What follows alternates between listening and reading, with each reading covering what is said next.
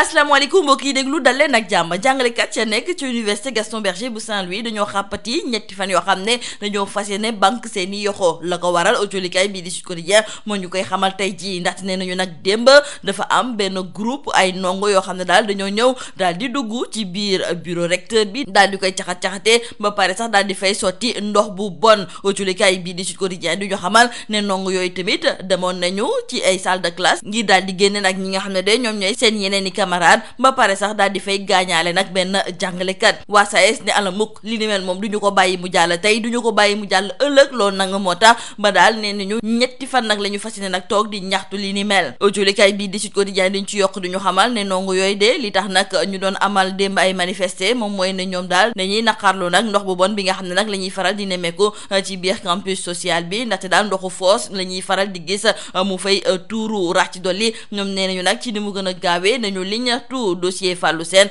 ak tamit lépp lu jublu ci wàllu yeexital gi nga xam ne daal dañu koy nemmeeku ci nañu leen di fayee seeni bourse fii ci université Cheikh Anta Diop de Dakar autolikaay bii di Sud Quotidien mi ngi ci xamal tamit ne amicale bi ëmb ndongo yi nekk ca faculté de médecine pharmacie et d'odontologie ñoom it daal dina ñuy xàppati ñetti fan yoo xam ne daal duñu ko fas yéene nag jàngi ñoom la ko waral moom mooy daal ne ba léegi kenn fayu leen nag li ñuy tuddee seen trousse dentaire te nag loolu day tax daal ba seen liggéey yi ñuy amal ci wàllu travaux pratiques en institut d'odontologie duñu ko mën a amalee ci ni mu waree rax ci dolli ñoom ña ngay xamle ne fayaguñu leen tamit subvention yi nga xam ne moom la ñuy xaar ngir mën a dëgmal ci seen wàllu thèse démb moo nekkoon nag najeb conseil des ministres bu njëkk bi nga xam ne nag gouvernement bu bees tàq bi daal ñu ngi ko doon amal autolikaay bii di l'évidence ne démb moom ñi ëpp ci jóori ñi nag guleet ñu doon fekkee ndaje gi ni mel enquête yéeni kaay nañu nag démb Macky moom mayu leen sax fu ñu yekkee seen nàkk maanaam daal ñi nga xam ne la ñoom ñooy jóori ñi Macky def leen a xamal ne moom ci projet yi ñu fi tàmbale ak tamit lépp loo xam ne daal dafa jublu ci ay yoon yoo xam ne dañ fay war a jaar ngir jëmale réew mi kanam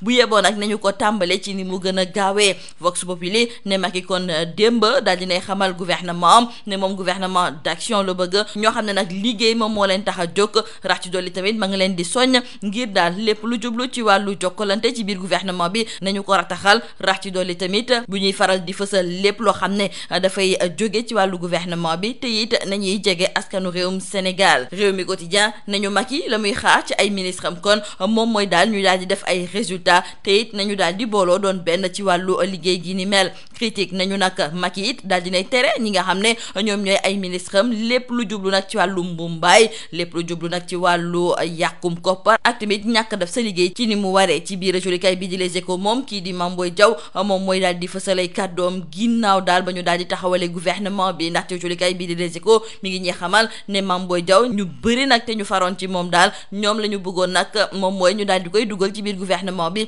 wante nag li ni mel mujjeewul am suñu naataangoo yi du ñu xamal sax ne nag tabb gi nga xam ne nag tabb nañ ko kii di Moussa Baldé ci ministère de l'agriculture dafa mel ni nag ne moom moo merloo ñi nga xam ne daal ñoom ñoo nekk ci ginnaaw Mame Boye Diao ndaxte daal dinañuy xamle ne kii nga xam ne nag moom mooy doomu Kolda boobu moom yàgg naa xeexal Macky yàgg na kaa liggéeyal te it moom ràññee nañu ko nag fii ci mim réew kon nag ñoom lañ doon xaar moom mooy ñu daal di koy tabb wante colikaay bi di Les Échos mi ngi ñee xamal ne mer googu nga xam ne nag moom la Mame Boye Diao mer noonu la demee it ci ay responsable APR yu bëri ndaxte ñoom la ñu gis ci wàllu gouvernement bii nga xam ne nag Macky Sall daf ko taxawal moom mooy ne am na ñoo xam ne xamuñu dara ñu dugal leen ci biir gouvernement bi ak ñoo xam ne it daal dañu leen di topp ci wàllu luubal ñoom it ñu ngi ci biir gouvernement bi dañu koy jeexalee rek ci xibaar bu tiis bi nga xam ne nag tey ji colikaay bii di La Tribune moo ngi koy fësal moom mooy génnub àddina taskatu xibaar bii di Momar Seyni Ndiaye moom nag jàngalekat la woon nekkoon koo xam ne nag ku ñu ràññee la fii ci même réew ràññee ko it ci wàllu journaliste yi yëngatu fii ci biir réew mi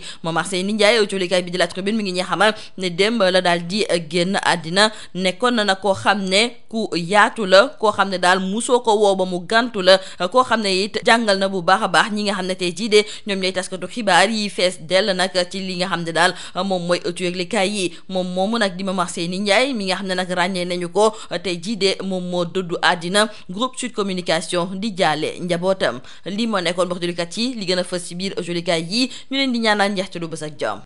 Mesdames et messieurs, bonjour. Les enseignants de l'université Gaston Berger de Saint-Louis sont très remontés contre un groupe d'étudiants qui a perpétré hier des actes de vandalisme. Et en guise de protestation, les enseignants du SAES ont décrété un mot d'ordre de grève de 72 heures de suspension des activités pédagogiques et administratives à compter d'aujourd'hui. En effet, nous disent nos confrères du journal Sud Quotidien, le bureau de la coordination du SAES a fait savoir qu'un groupe d'étudiants dirigé par des membres de la coordination des étudiants de Saint-Louis a fait irruption dans le bureau du recteur pour y déverser des eaux usées en proférant des menaces de mort et des injures à l'encontre de ce dernier. Toujours dans la matinée, informe le SAES, un autre groupe d'étudiants, sous le prétexte de vouloir sortir leurs camarades d'une salle de classe, s'en est pris physiquement à un camarade enseignant. Et face à cette situation, le SAES a décrété un mot d'ordre de grève de 72 heures de suspension des activités pédagogiques et administratives, tout en appelant les autorités étatiques à prendre en urgence les mesures nécessaires pour assurer la sécurité du recteur et de tous les acteurs de l'université. Ces étudiants, nous rappellent nos confrères du journal Sud Quotidien, déplorent le problème d'assainissement du campus social car des déversements de fosses septiques sont enregistrés dans l'espace et en plus, ils réclament la diligence sur le traitement du dossier de Falocène et le retard noté dans le paiement des bourses. Ici, à l'université Cheikh Anta Diop de Dakar, nos confrères de Sud Quotidien nous indiquent aussi que l'amicale des étudiants de la faculté de médecine, de la pharmacie et de l'odontologie de l'université a décrété un mot d'ordre de grève de 72 heures renouvelable. Ces étudiants protestent contre le non-paiement des trousses dentaires qui plombent le bon déroulement des séances de travaux pratiques en institut d'odontologie. Aussi, ils fustigent la non-effectivité du paiement des subventions de thèse, les problèmes liés à Ecobank et les problèmes de salles de cours. La première réunion du Conseil des ministres avec le nouveau gouvernement s'est tenue hier et selon nos confrères du journal L'Évidence qui nous en parle, ce fut le baptême de feu donc pour la plupart des ministres nouvellement nommés. L'ambiance était électrique, à en croire nos confrères qui nous indiquent que le chef de l'État n'a pas perdu de temps pour exiger des résultats concernant les priorités du moment. Dans le journal Enquête, nos confrères d'ajouter que le chef de l'État, après avoir décliné lors de sa prestation de serment sa ferme volonté d'inscrire dorénavant toutes les actions de l'État en mode fast-track, Macky Sall passe à l'acte selon nos confrères, car hier, après avoir armé ses ministres, il leur a indiqué le tempo et le rythme de l'exécution des tâches durant son quinquennat en cours. Macky fixe le cap, c'est d'ailleurs le titre qui barre la une du journal Vox Populi. Selon nos confrères, le chef de l'État veut un gouvernement d'action méthodique, efficace et performant. Et nos confrères d'ajouter qu'hier, le chef de l'État a rappelé au gouvernement les priorités et initiatives majeures et il a demandé à ses ministres de mieux maîtriser la communication gouvernementale, cultiver la confidentialité, la proximité avec les populations et le sens de l'écoute. Méthode, collégialité et action, voici donc les trois valeurs défendues hier par Macky Sall, nous disent nos confrères du journal Rewmi Quotidien. Et dans le journal Critique, nos confrères nous précisent aussi qu'hier, le chef de l'État à Macky Sall a aussi sorti une note concernant les décisions disciplinaires et lignes de conduite dans la marche du nouveau gouvernement.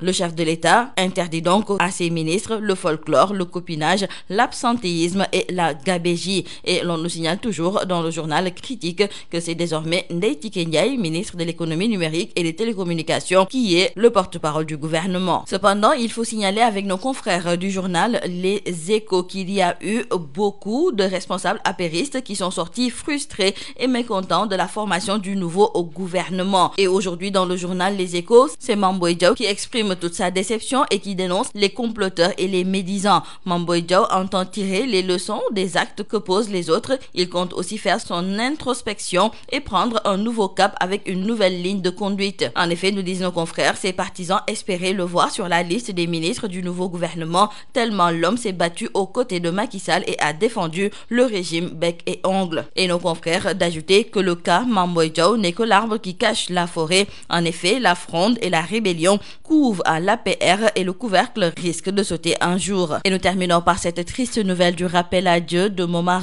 Seyni Ndiaye, journaliste et enseignant qui nous a quittés hier. Dans le journal La Tribune, nos confrères lui rendent un vibrant hommage et nous indiquent donc qu'avec la disparition du doyen Momar Seyni Ndiaye, c'est le monde de la presse qui perd un des leurs, celui qui fut le maître incontesté de nombreux journalistes qu'il a contribué à former et qui aujourd'hui font la fierté de l'espace médiatique sénégalais sans étaler, sans crier gare. C'était un homme discret, effacé, courtois, affable et généreux à la fois. Momar Seyni Ndiaye, nous disent nos confrères du journal La Tribune, est un journaliste journaliste avéré qui a vécu à la dimension de son talent de communicateur averti et avisé. Le groupe Sud Quotidien par ma voix présente ses sincères condoléances à sa famille. C'est tout à vos journaux et très bonne lecture.